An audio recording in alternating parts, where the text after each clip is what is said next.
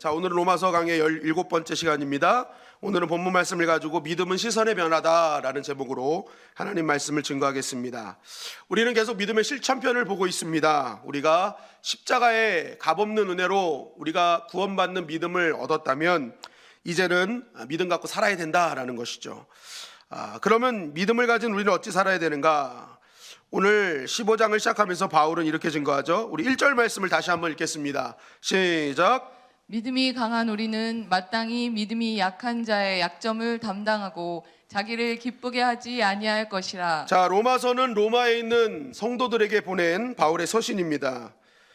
그런데 이 로마서에 좀 다른 것은 바울 로마에 가지 않았다는 거예요. 못했다는 거예요. 여러 번 시도했는데 계속 못 갔어요. 그러니까 이것을 말하는 게 뭐냐면 한마디로 로마 교회는요, 바울이 세운 교회가 아니라는 것입니다. 교회가 어찌 세워졌을까? 이것에 대한 정설은요, 오순절에 성령의 충만함을 받은 사람들이 로마로 돌아가서 교회를 세웠다. 이것이 이제 신학계의 정설입니다. 그러니까 이제 굉장히 성령 충만해서 이게 세운 교회다. 그러니까 얼마나 뜨거웠겠습니까? 그런데 중요한 것은 무엇입니까? 열정은 있는데 이 바울이 봤을 때는 기초가 탄탄하지 않은 거예요. 그러니까 성령 충만해서 막 뜨거운데 그 기초가 복음이어야 되는데 그 기초가 단단하지 않으면 이게 성령이 열정이 때로는 방종이 될 수 있거든요. 그러니까 바울이 어떻게 합니까? 서신을 쓴 거예요. 복음이 중요하다. 이 복음이 이거는 것이다 하면서 이런 어떤 아주 기가 막힌 논문 같은 아주 대단한 교리적 말씀이 나온 겁니다. 그러니까 때로는 길이 막혀서 얻는 유익은 있어요. 이런 로마서를 우리가 얻게 됐잖아요. 그러니까 어쨌든 중요한 것은 바울이 이렇게 복음을 딱 체계화시킨 이 말씀을 이제 그들에게 보낸 것입니다. 그게 로마서라는 거예요. 여러분, 그렇게 볼 때 우리가 알 수 있는 것은 무엇입니까? 이 로마 교회에 있는 성도들은요, 뜨거움은 있어요. 그런데 어떻게 보면 기초가 없는 초신자와 같은 사람들이었을 가능성이 큽니다. 그런데 오늘 바울은요, 이 로마 성도들을 향해서 뭐라고 얘기합니까? 믿음이 강한 우리라고 얘기하는 거예요. 그러니까 바울은 믿음이 강해요. 그런데 바울이 뭐까지 다 강하대요? 너희들도 믿음이 강하다는 거예요. 그러니까 믿음이 강한 것을 기정사실화하였다라는 거죠. 복음으로 강해질 믿음의 사람들로 인정해줬다라는 것입니다. 저는 이 말씀을 읽으면서요, 야, 믿음이 좋은 사람은 보는 눈이 다르다는 것을 깨닫게 되었습니다. 무엇입니까? 이 믿음의 사람은 현재의 모습만 보지 않고 그 사람의 미래를 보고 격려해주고 힘을 주는 사람이 진짜 믿음이 강한 사람이구나라는 것을 더불어 깨닫게 됩니다. 여러분, 예수님께서요, 사실 이 땅에 오셔서 하셨던 일이 바로 그러한 일이었다는 거예요. 누가복음 19장에 보면은 예수님께서 여리고로 지나가실 때 한 사람을 만납니다. 그 사람이 누구예요?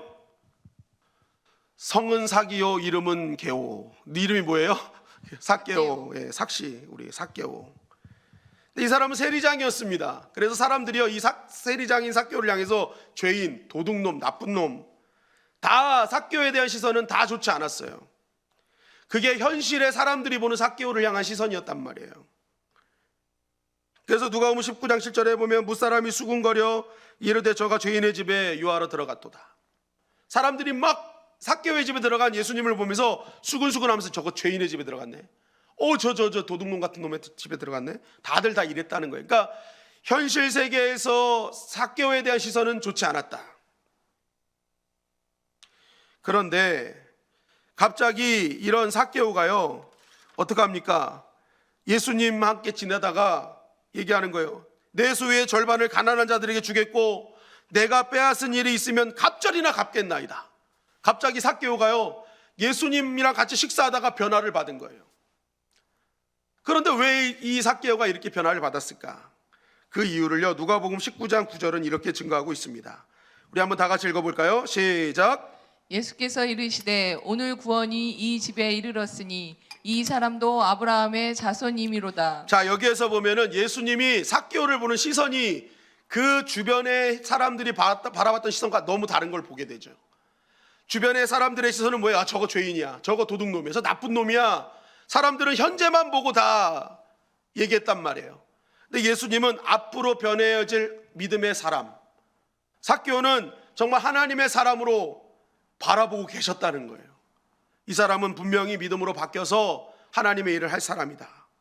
그러니까 예수님은 당장의 모습으로 바라보신 것이 아니라 그 너머의 모습으로 바라보고 계셨다는 거예요. 이런 모습으로 예수님이 다가갔더니 삭개오가 안 변할 수가 없는 겁니다. 요한복음 1장 41절 42절은 또 이렇게 증거하죠. 시작. 그가 먼저 자기의 형제 시몬을 찾아 말하되 우리가 메시아를 만났다 하고, 메시아는 번역하면 그리스도라. 데리고 예수께로 오니 예수께서 보시고 이르시되 내가 요한의 아들 시몬이니 장차 게바라 하리라 하시니라. 게바는 번역하면 베드로라. 네, 예수님이 안드레와 그의 형제 시몬을 만났을 때 상황 아닙니까? 근데 먼저는 이 세례 요한의 제자였던 안드레와 사도 요한이 예수님 만나고 딱 예수님 만나니까 메시아구나 알게 된 거예요. 그래서 그게 너무 감격이 나니까 이 안드레가요 자기 형제 시몬을 찾아온 거예요. 진짜 메시아가 나타났어.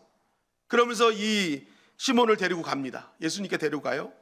근데 이제 예수님께 이제 데리고 가는데 예수님이 저 멀리서 오는 안드레와 시몬을 보고 말씀하시는 거예요. 내가 요한의 아들 시몬이구나. 참 예수님은 예수님답습니다. 오는 시몬을 한 번도 만난 적도 없으세요. 그런데 시몬의 이름도 알고 그의 아버지가 누군지도 아세요. 너 참 요한의 아들 시몬이구나. 그러면서 예수님이요 이 시몬이요 만난 적도 없는데 이렇게 말씀하십니다. 너 시몬이니 장차 게바라 하리라.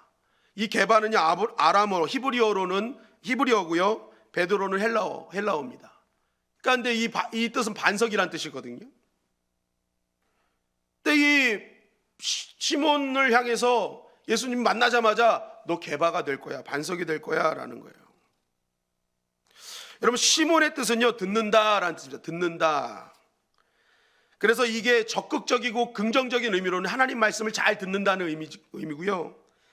이게 반대로 부정적인 의미로는요 너무 여러 가지 소리를 많이 듣는다는 거예요. 그래서 귀가 얇은 사람들 이거 듣고 저거 듣고 해서 이것도 사고 저것도 사고 막 이리저리 왔다 갔다 하는 거, 그게 귀가 얇은 사람들의 특징이잖아요. 막 다 듣는 사람. 그러니까 부정적 의미로는 이것저것 다 듣고 매일매일 이리 왔다 저리 갔다, 종로로 갈까요 영등포로 갈까요 하면서 맨날 와리가리 하는 사람, 그죠?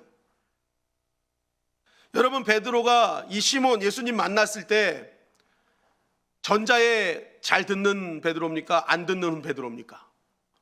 안 듣는 베드로예요. 맨날 안 듣는 게 아니라 듣는데 다 듣는 거예요. 다 듣는 거.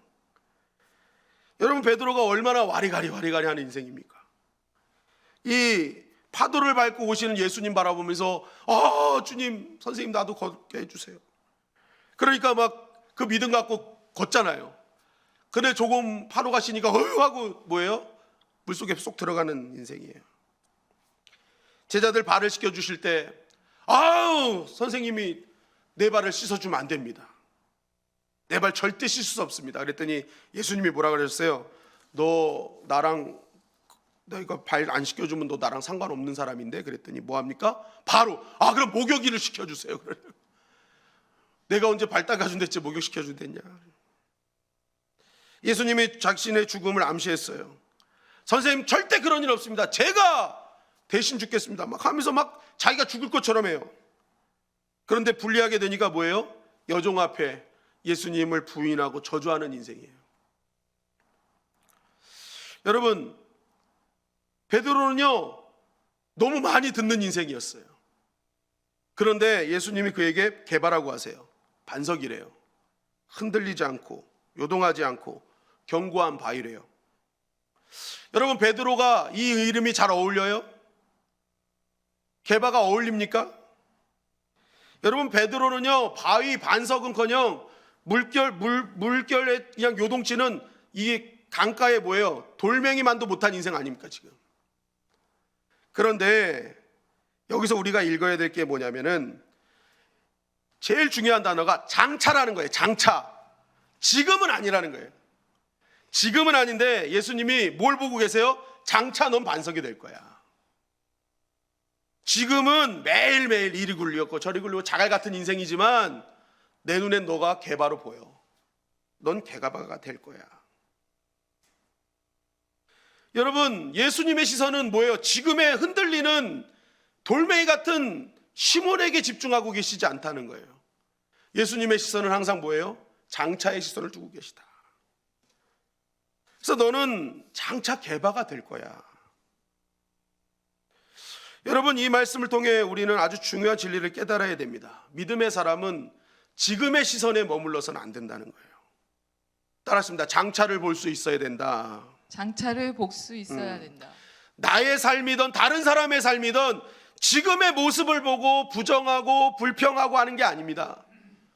하나님의 사람은 나든 누구든 예수님의 시선처럼 장차의 시선을 바라봐주며 그 사람의 긍정적인 미래를 얘기해주고 앞으로 든든해질 너는 장차 개바가 될 거야 했던 주님의 음성을 들려줄 수 있는 사람이 되어야 된다는 거예요. 지금 나를 볼 때 별 볼 일 없어요.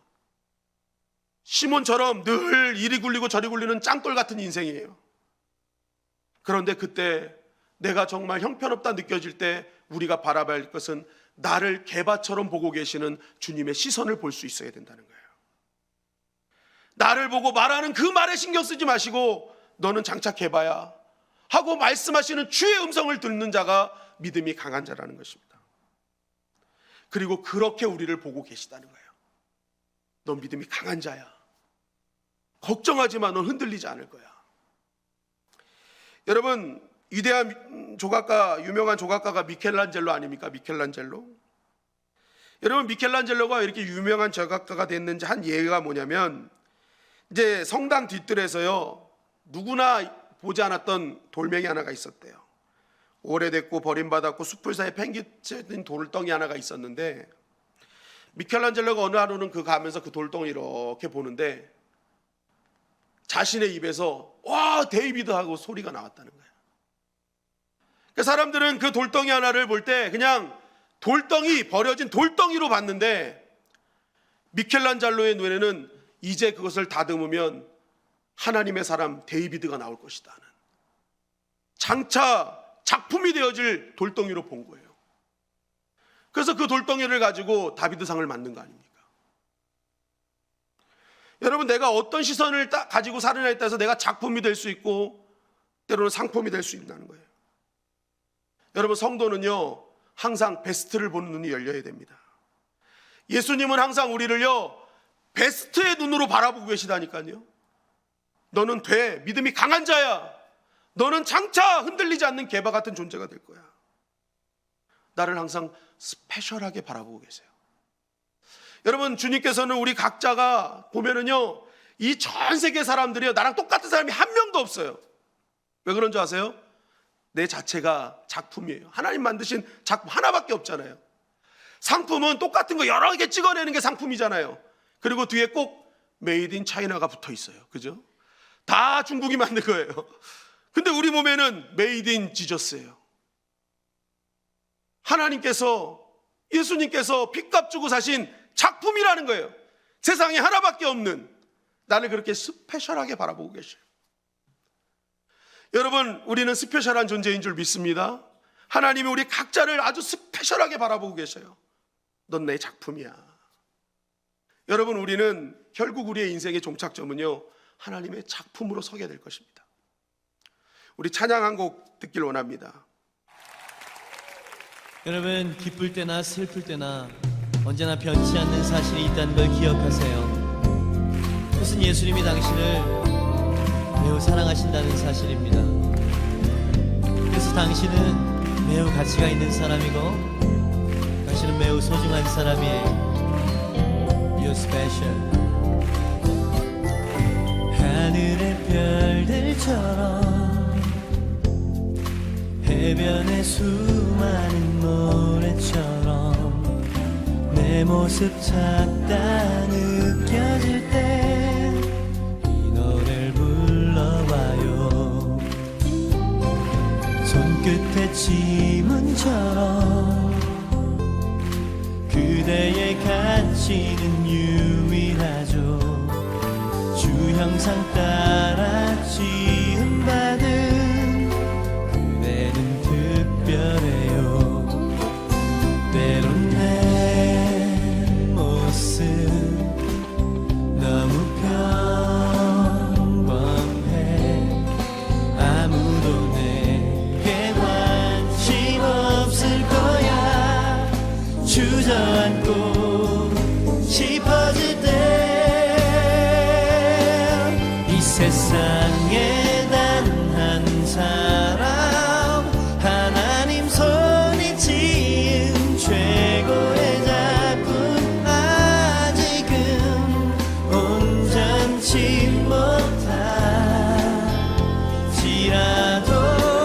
조금씩 완성돼가는 오직 그대를 향한 완전한 계획 하늘의 축복받은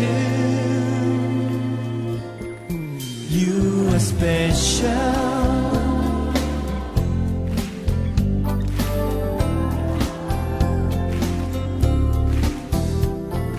이 작은 애벌레가 아름다운 나비로 변하듯 시간이 되면 우리들도 그렇게 변하겠죠. 때론 내 모습 너무 평범해 아무도 내게 관심 없을 거야. 주저앉고 싶어질 때 이 세상에 단 한 사람 하나님 손이 지은 최고의 작품 아직은 온전치 못할지라도 조금씩 완성돼가는 오직 그대를 향한 완전한 계획 언제나 기억해요. You're special 한 사람 하나님 손이 지은 최고의 작품 아직은 온전치 못할지라도 조금씩 완성돼가는 오직 그대를 향한 완전한 계획 언제나 기억해요. You're special You're very special 여러분, 예수님의 시각이 이러라는 거예요. 지금은 온전치 못해, 내가 알아. 그런데 넌 조금씩 지어가서 이제 스페셜한 존재가 될 거야. 항상 우리를 향한 예수님의 시각은 스페셜해요. 여러분, 믿음이 강한 자로 보고 있는 바울의 시선은 왜 그렇게 봅니까? 예수님의 시선으로 머물고 있기 때문에 그래요. 그들을 믿음의 자녀로 세워주신 그 영광스러운 하나님의 그 뜻을 아니까, 야 너희들 왜 믿음이 그러니? 하지 않고, 너희들 믿음이 강한 자들이야. 반드시 놀라운 하나님의 영광을 드러낼 거야. 여러분, 믿음이 있다는 것은 바로 우리의 시선이 이처럼 달라지는 것을 의미하는 것입니다. 믿음을 가지고 사는 것은 당장의 나의 현실을 바라보면서 나의 그런 연약함을 바라보면서 나는 안 돼, 나는 이제 끝났어 하는 그런 존재가 아니라, 나와 함께 하실 하나님, 나를 지으신 그 하나님의 그 놀라우신 전능하신 손길을 기대하며 이제 완성되어져 갈 나의 그 미래를, 소망을 바라보는 사람. 나의 생각과 다른 하나님의 생각, 우리의 모든 것은 재앙이 아니라 평화를 주시려는 하나님의 생각을 보는 시선, 우리의 모든 환난이 아니라 그 끝에 있을 소망과 정금을 바라보는 시선, 그 시선을 가진 자가 이 시대에 진정한 믿음을 가진 자요, 하나님께 영광 돌리는 사람이라는 것입니다. 여러분, 오늘 우리의 시선이 달라지기를 주님의 이름으로 간절히 축원합니다. 나를 보는 시선, 남을 보는 시선이 주님의 시선으로 머물길 원합니다. 저 사람도 하나님 선택한 하나님의 백성이구나. 저 사람을 통해 하나님의 영광과 역사가 일어나겠구나. 나는 하나님의 선택한 왕 같은 제사장이구나. 택한 백성이구나. 하나님의 자녀구나. 나를 이렇게 스페셜하게 하셨는데 나의 인생 가운데 어떤 스페셜한 은혜가 주어지게 될까? 여러분, 코로나19로 우리가 힘든 상황 속에 있습니다. 그럴 때 아무것도 할 수 없는 나 자신을 바라보며 우리는 때로는 넘어지고 좌절하고 아무런 소망 없이 살아갈 때가 있어요. 이제 어떻게 하나. 미래에 대한 암담함이 우리를 억누를 때가 있습니다. 그럴 때 여러분, 주님께서 나를 바라보는 그 시각, 또한 나를 향해 계획하신 하나님의 뜻, 너 믿음이 강한 자야, 너 개바야, 너 절대 흔들리지 않고 반드시 승리할 거야 하는 그 주님의 음성 붙들고 승리하는 저와 여러분들이 되시기를 주님의 이름으로 간절히 축원합니다. 그러면서 바울은 이렇게 너희들 믿음 강한 자들이니 우리들에게 꼭 해야 될 사명을 이야기하고 있어요. 우리 로마서 15장 1절 2절 1절 3절 말씀 다 같이 읽겠습니다. 시작. 믿음이 강한 우리는 마땅히 믿음이 약한 자의 약점을 담당하고 자기를 기쁘게 하지 아니할 것이라. 우리 각 사람이 이웃을 기쁘게 하되 선을 이루고 덕을 세우도록 할지니라.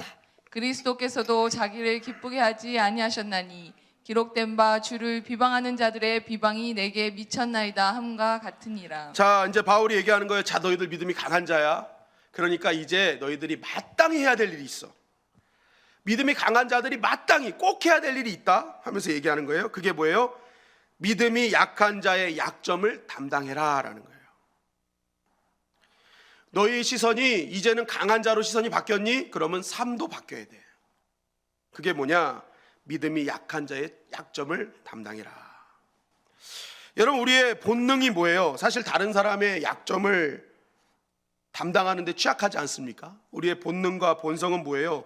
약점 보면은 그것을 덮어주기보다는 들춰내는 거예요. 오커니 너 잘 됐어. 너 요거 아주 잘 잡았어.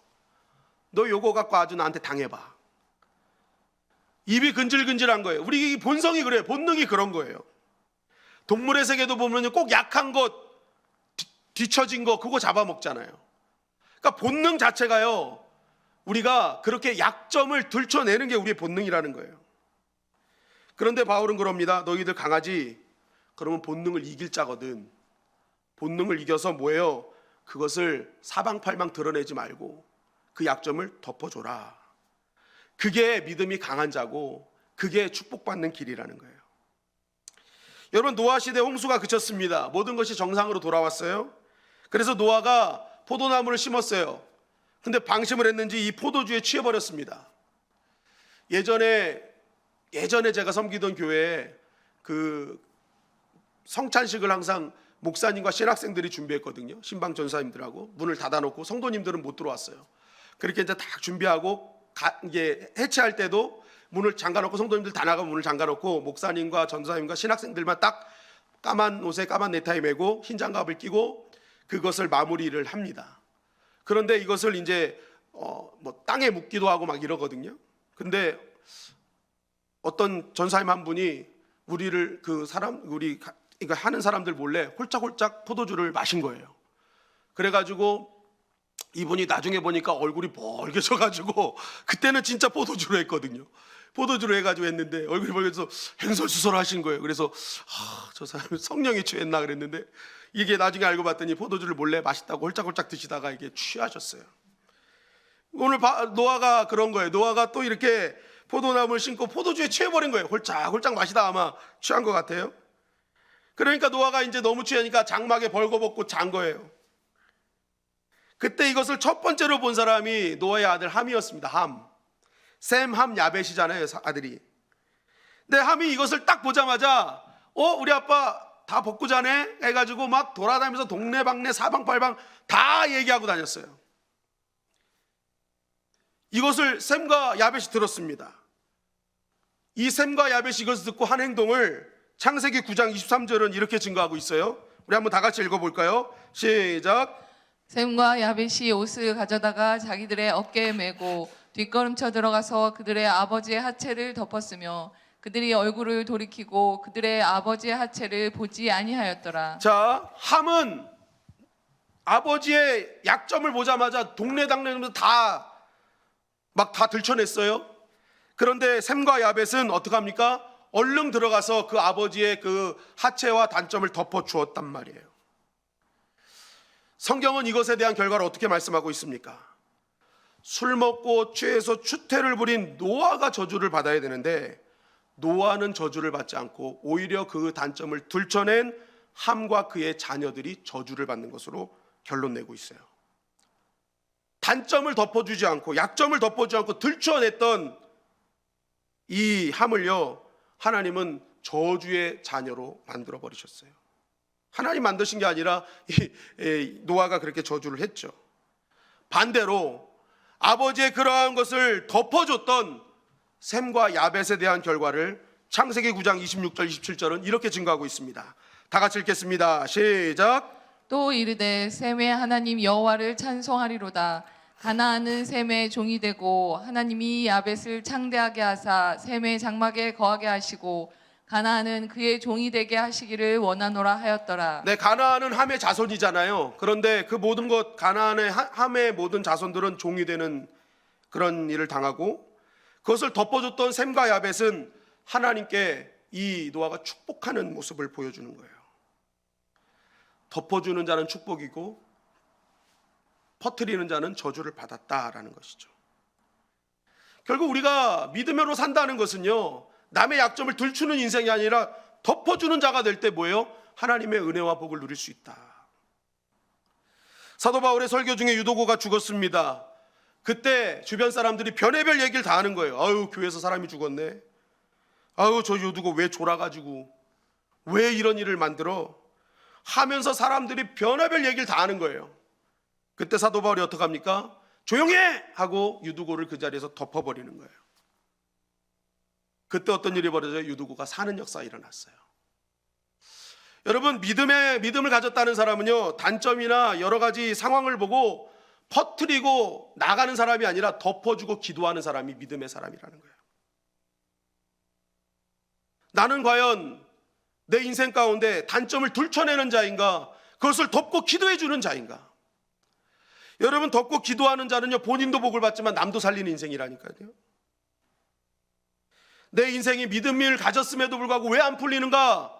여러분, 한번 우린 생각해 봐요. 내 본능으로 인해서 단점을 들춰내는 인생인가? 아니면 그것을 덮어주는 인생인가?